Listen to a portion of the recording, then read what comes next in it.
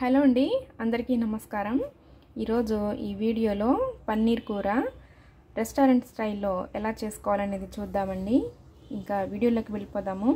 First 200 grams paneer తీసుకొని ఇలా క్యూబ్స్గా cut చేసుకున్నాను. మనకి కావాల్సిన సైజులో వీటిని కట్ చేసుకోవచ్చండి. అటు చిన్నవి కాకుండా అటు పెద్దవి కాకుండా మీడియం సైజుగా ఇలా కట్ చేసుకున్నాను. ఫస్ట్ ఒక పెద్ద బౌల్ తీసుకోవాలి. ఇందులో కొంచెం కారం వేసుకోవాలి, ఒక అర టీ స్పూన్ కారం. ఇందులోనే ఒక పావు చెంచా సాల్ట్ వేసుకోవాలి, పావు చెంచా ధనియా పౌడర్ వేసుకోవాలి. ఇవి ఇందులో వేసేసుకొని కలుపుకోవాలి. ఇదంతా ఇలా అంతా కలుపుకొని పక్కన పెట్టుకోవాలి. స్టవ్ వెలిగించుకొని ప్యాన్ పెట్టుకొని అందులో 2 టేబుల్ స్పూన్స్ ఆయిల్ వేసుకోండి. ఆయిల్ హీట్ అయ్యాక పన్నీర్ ముక్కల్ని వేసుకోవాలి.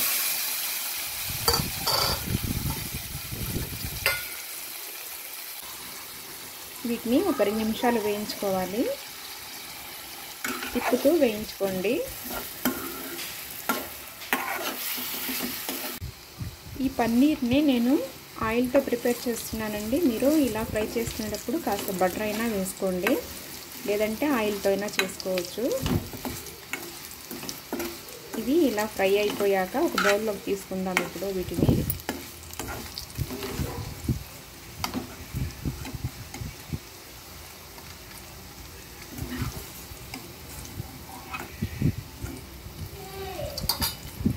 ఇప్పుడు ఇదే ఆయిల్లో మీడియం సైజు ఒక 2 ఉల్లిపాయలండి వేసుకోవాలి, నిలువుగా కట్ చేసుకున్నవి.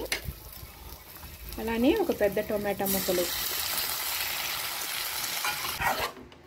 ఈ ఉల్లిపాయ ముక్కల్ని టొమాటో ముక్కల్ని ఒక 2 నిమిషాలు మగ్గనిద్దాము.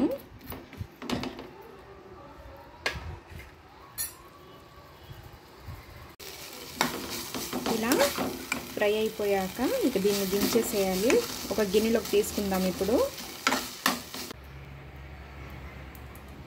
ఇప్పుడు అదే ప్యాన్లో ఒక స్పూన్ నెయ్యి వేసుకోండి. ఒక 2 టేబుల్ స్పూన్స్ ఆయిల్ వేసుకోండి, లేదంటే మొత్తం ఆయిల్తోనే చేసుకోండి, లేకపోతే నెయ్యితో అన్నా చేసుకోండి. ఇప్పుడు ఒక బిర్యానీ ఆకు, 1 ఇంచు చెక్క, 4 లవంగ మొగ్గలు, 1 అనాస పువ్వు, 4 ఇలాచీని కొంచెం ఇలా పైన ఇది ఉంటుంది కదా తొక్క, దీన్ని కొంచెం ఇలా చేసుకోండి. అప్పుడు అందులో నుంచి ఫ్లేవర్స్ బాగా దిగుతాయి. దీన్ని కాస్త ఫ్రై చేసుకోవాలి. టమాటా ఉల్లిపాయలు వేయించి పెట్టుకున్నాం కదా, ఇవి చల్లారిపోయినాక వీటిని మెత్తగా మిక్సీ పట్టుకోవాలి. ఈ మసాలా దినుసులంతా వేగిపోయాక మనం మిక్సీ పట్టుకున్న ఈ ప్యూరీని వేసుకోవాలి.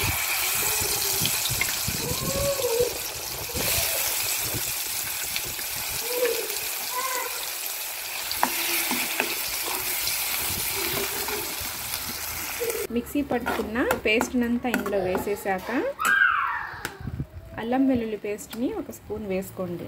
కూడా చక్కగా బాగా కలపాలి.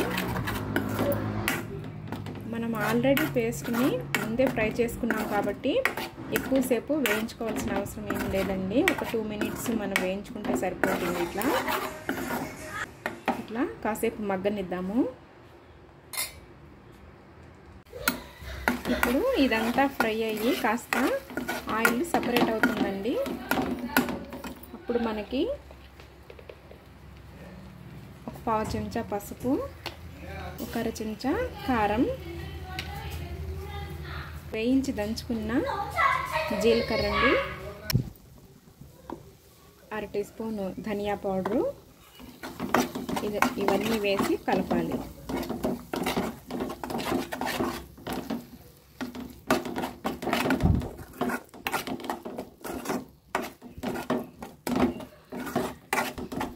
వీటిని ఒక 2 మినిట్స్ పాటు ఇలా మగ్గనిద్దాము కలుపుకున్నాక.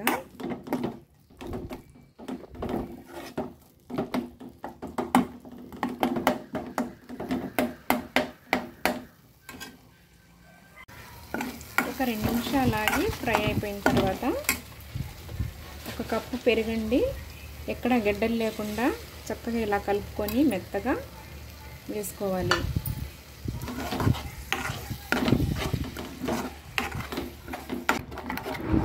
గ్రేవీతో పెరుగు చక్కగా కలిసేటట్టు కలపాలి అంతా. పెరుగు వేయడం వల్ల కమ్మటి రుచి వస్తుంది. పుల్లటి పెరుగు కాకుండా ఫ్రెష్ పెరుగు తీసుకోండి. కూరకి మరింత టేస్ట్ కావాలంటే పెరుగు వేసుకోవాలి. మాడకుండా మధ్య మధ్యలో కలుపుకుంటూ ఉండండి. ఒక 2 మినిట్స్ దీన్ని ఇంకా మగ్గనిద్దాము. గ్రేవీ అంతా మగ్గిపోయి ఇలా ఆయిల్ పైకి వస్తుందండి. ఒకసారి కలుపుకోవాలి. అప్పుడు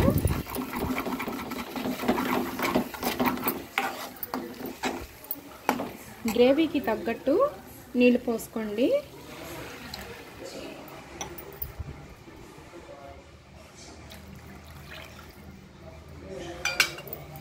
ఒకటిన్నర కప్పులు నీళ్లు పోసుకున్నానండి. ఒకసారి కలుపుకుందాము అంతా. చూడండి ఇలా వచ్చింది. ఇలా రావాలి చక్కగా. మనకి మగ్గిపోయి ఇంకా గ్రేవీ దగ్గర పడుతుంది. మూత పెట్టి దీన్ని ఉడికిద్దాం. ఇప్పుడు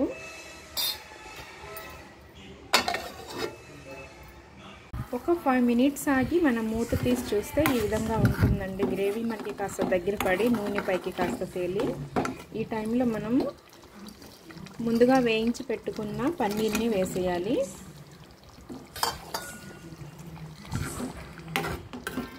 నిదానంగా కలుపుకోండి. పన్నీరు వేసాక ఒక 3 నుంచి 4 నిమిషాల వరకు దీన్ని ఇంకా ఉడికిద్దాము. ఒక 4 నిమిషాల తర్వాత మూత తీసి చూస్తే మనకి ఈ విధంగా గ్రేవీ రెడీ అయి ఉంటుందండి. ఇక కూర అయిపోయినట్టే. ఇంకా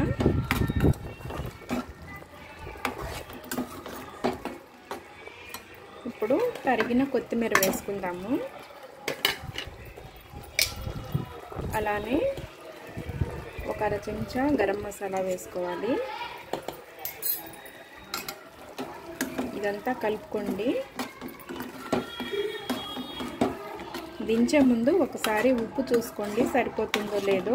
చాలకపోతే కాస్త వేసుకోండి. సాల్ట్ వేసుకోండి.